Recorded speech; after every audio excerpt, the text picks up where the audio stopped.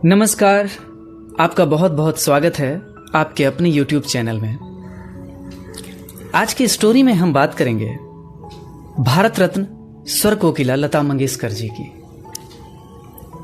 तो आइए बात करते हैं।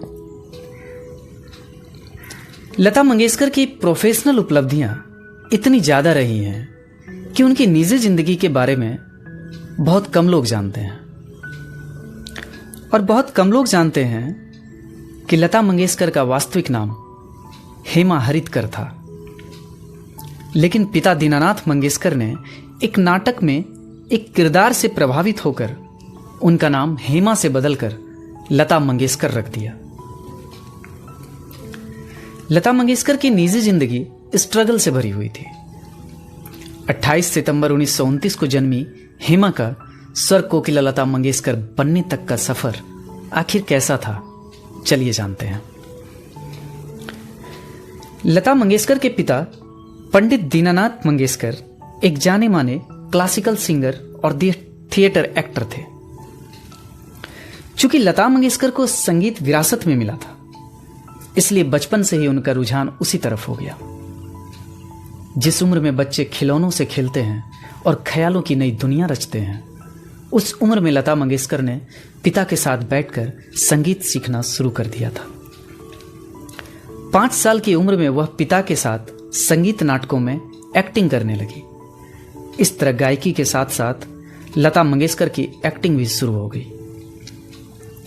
लता मंगेशकर की आवाज और उनकी काबिलियत के चर्चे हर तरफ होने लगे। हर कोई यही कहता कि यह बच्ची एक दिन बहुत आगे जाएगी और पिता का नाम रोशन करेगी। हुआ भी ऐसा ही कुछ। 9 साल की उम्र में लता मंगेशकर ने पहली बार पब्लिक के सामने गाना गाया। उसका किस्सा भी दिलचस्प है।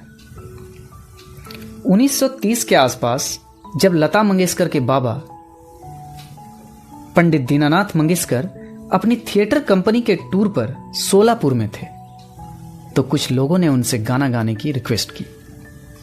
लता ने यह सुन लिया। वह बाबा के पास गई और पूछा कि क्या वह भी उनके साथ गाना गा सकती हैं। बाबा मान गए और बस लता मंगेशकर ने अपनी धमाकेदार परफॉर्मेंस दे डाली। सब कुछ अच्छा चल रहा था। इस बीच लता मंगेशकर और पूरे परिवार पर मुश्किलों का पहाड़ तब टूटा जब उनके पिताजी यानी बाबा का निधन हो गया। उस वक्त लता मंगेशकर मात्र 13 साल की थी। चूंकि लता घर में बड़ी थी, तो परिवार की जिम्मेदारी उन्हीं पर आ गई। अपनी पढ़ाई के साथ साथ उन्होंने छोटी बहन आशा और परिवार की जिम्मेदारी अपने नन्हे कंधों पर उठा ली। वह स्कूल जाती तो साथ में बहन आशा को भी ले जाती। लेकिन जब एक दिन स्कूल वालों ने लता मंगेशकर से बहन को स्कूल न लाने को कहा, तो उन्होंने पढ़ाई ही छोड़ दी। घर की माली हालत को सुधारने के लिए लता मंगेशकर ने स्कूल त्याग दिया और करियर पर ध्यान देना शुरू कर दिया। 14 साल की उम्र तक लता बड़े बड़े नाटकों और प्रोग्रामों में काम करने लगी। पिता की मौत के बाद मंगेशकर परिवार के करीबी दोस्त रहे मास्टर विनायक ने लता मंगेशकर के करियर में बहुत मदद की। उन्होंने लता को एक सिंगर और एक्ट्रेस के रूप में करियर शुरू करने में सहारा दिया। लता मंगेशकर आजीवन कुंवारी ही रही। एक इंटरव्यू में लता मंगेशकर ने शादी के सवाल के जवाब में कहा था, जो कुछ भी होता है और जो नहीं होता वो अच्छे के लिए होता है। अगर आप मुझसे 4 से 5 दशक पहले यह सवाल पूछते तो शायद कुछ और जवाब मिलता।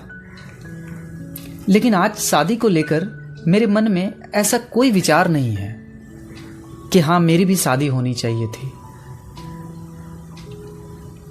करियर के शुरुआत में कई बार उनकी पतली आवाज होने के कारण उन्हें रिजेक्शन का सामना करना पड़ा।